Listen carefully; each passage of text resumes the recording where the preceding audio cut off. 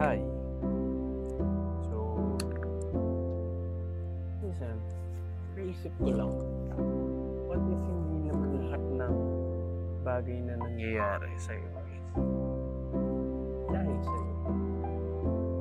Kumbaga, yung mga certain things or scenarios na nangyayari sa buhay mo, it's because it's the other way around. Or, for example, kaya ka nasasaktan, it's because yung mga taong nakapaligid sa'yo or yung mga taong pinag-iinvestan mo so much of your emotions, mapanakit. Or sila rin yung mga taong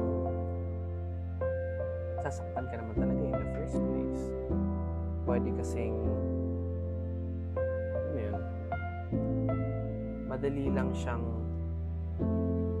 isisi sa sarili mo dahil you're a good person or sanay ka na laging ikaw yung umiintindi sa sitwasyon. But in the reality, it's not all about yourself. Kumbaga, hindi sa lahat ng pagkakataon, laging ikaw yung dahilan kung ba't nangyayari sa'yo yung mga bagay na yun.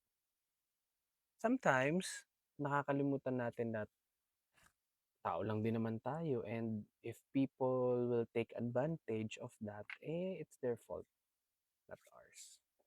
Yun lang.